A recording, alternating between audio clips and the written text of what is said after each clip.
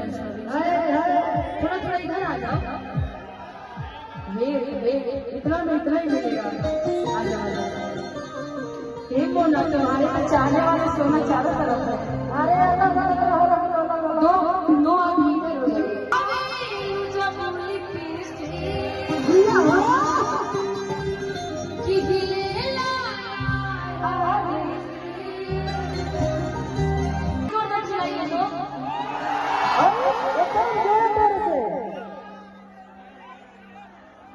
ऐसे ही वही में भाग जाए। इतनी प्यारी आवाज है आप लोग में। पल्लवी ध्यान देना कि तू लगा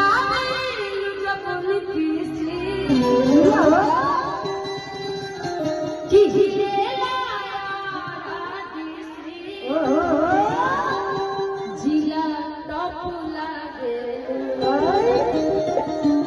ओ जिला टॉप लागे कमरिया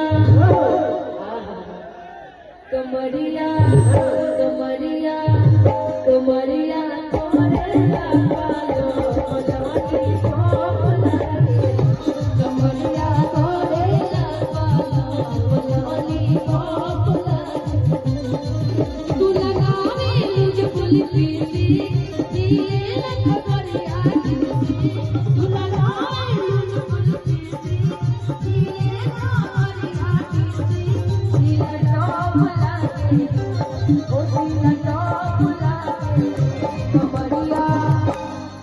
अच्छा, लेकिन यहाँ का कोई बच्चा है क्या जो अच्छा डांस कर सकता हो?